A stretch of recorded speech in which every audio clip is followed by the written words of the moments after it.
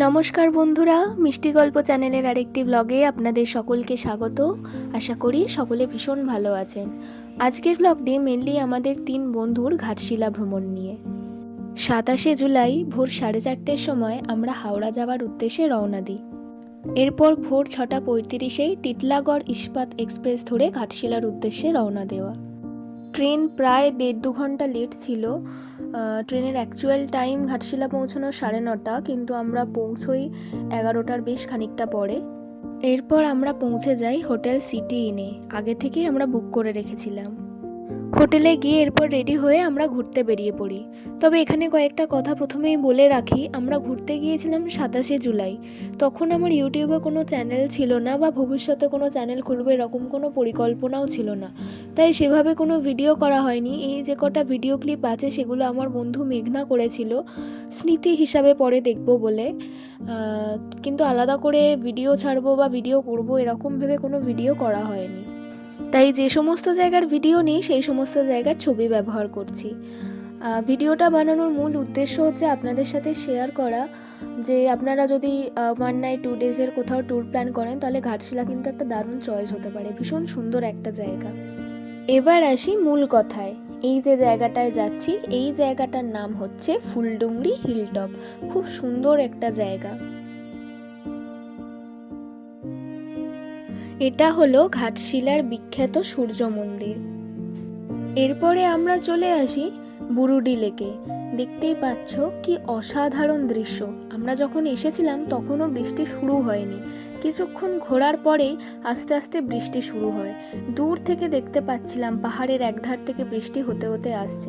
এমন দৃশ্য আগে কখনো দেখিনি। বুরুডি লেক ঘোরা হয়ে যাওয়ার পরে আমরা রওনা দিই ধারাগিরি ফলস যাওয়ার উদ্দেশ্যে। এখানে তোমাদের কিছু ইনফরমেশন দিয়ে রাখি। তোমরা এখন কেউ কেউ প্রশ্ন করতেই পারো যে ঘাটশিলা স্টেশন থেকে নেমে আমরা যেই এতগুলো জায়গা ঘুরেছি তো সেটা কিভাবে ঘুরেছি। ঘাটশিলা স্টেশনে নেমেই তোমরা অটো স্ট্যান্ড দেখতে পাবে। সেখানে অটো ভাড়ার চার্টও দেওয়া আছে, একদিনের কেমন, দুদিনের কেমন। কিন্তু আমাদের অটো ভাড়ার চার্ট দেখতে হয়নি, কারণ আমরা আগে থেকে সবটাই জেনে গিয়েছিলাম এবং এক অটো কাকুর ফোন নাম্বারও আমাদের কাছে ছিল। কিন্তু প্রবলেমটা হয়েছিল কি, আমরা তো জানতাম না আগের দিন ফোন করে রিজার্ভ করতে হয়, সেটা করিনি। সেই অটো কাকু রিজার্ভ হয়ে গিয়েছিলেন, গিয়ে জানতে পারি ফোন করে।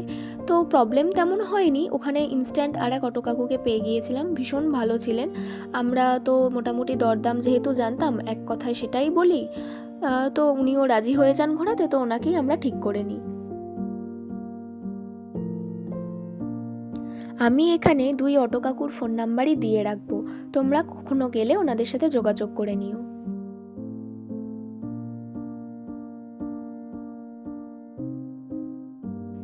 অটো এসে উপরে মেন রাস্তায় দাঁড়িয়ে থাকে। অটো কাকুই আমাদের একজন লোকাল গাইড ঠিক করে দেন।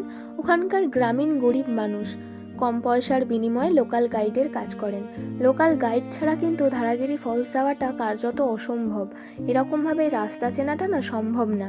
হ্যাঁ, অনেকজন যদি একসঙ্গের গ্রুপ থাকে, মানে বেশ কয়েকটা ট্যুরিস্ট গ্রুপ একসাথে যদি আসে তাহলে যাওয়া যেতে পারে, কিন্তু এরকম 2-3 জন মিলে একা একা যাওয়াটা না সম্ভব না। কখনো তো কেউ আসেনি, রাস্তা চিনে যাওয়াটা কার্যত অসম্ভবই। যাই হোক, ওখানকার এক গ্রামীণ ঠাকুমা আমাদের গাইড হন। উনি আমাদের রাস্তা দেখিয়ে দেখিয়ে নিয়ে যাচ্ছিলেন।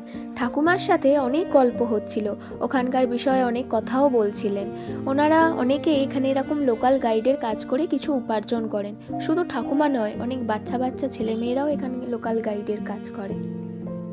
আমাদের একটা ভুল ধারণা ছিল যে এখানকার মানুষরা হয়তো বাংলা ভাষা তেমন জানেনই না, হিন্দিতেই হয়তো কথা বলেন, কিন্তু একেবারেই তা নয়। আমাদের অটো কাকুও আমাদের সাথে বাংলাতেই কথা বলছিলেন, আর এই ঠাকুমা তো ঝরঝরে বাংলা ভাষায় কথা বলছিলেন। ইভেন উনি আমাদের বললেন যে ওনারা বাংলা ভাষাতেই কথা বলেন।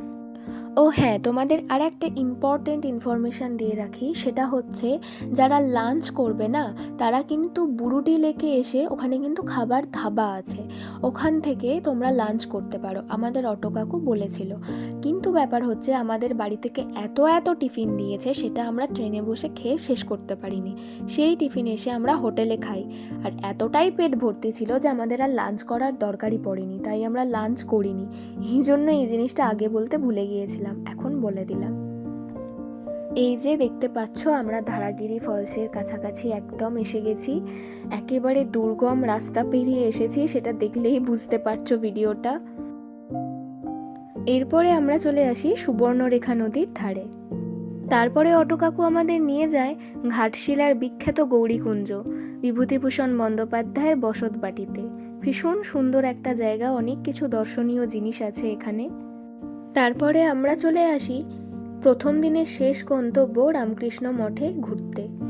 এরপর একটা দোকান থেকে আমরা এই ধোসাটা কিনে খাই। তখন প্রায় সন্ধে হয়ে আসছিল, আর এটাই আমাদের রাতের ডিনার ছিল। এরপরে হোটেলে গিয়ে এমনিও আর কিছু খেতে পারিনি আমরা। পরের দিন সকালে ইডলি খেয়ে ব্রেকফাস্ট সেরে আমরা ঘুরতে বেরিয়ে পড়ি। এই যে দেখতে পাচ্ছ ব্রিজের ওপর থেকে সুবর্ণরেখা নদী, কি সুন্দর লাগছে।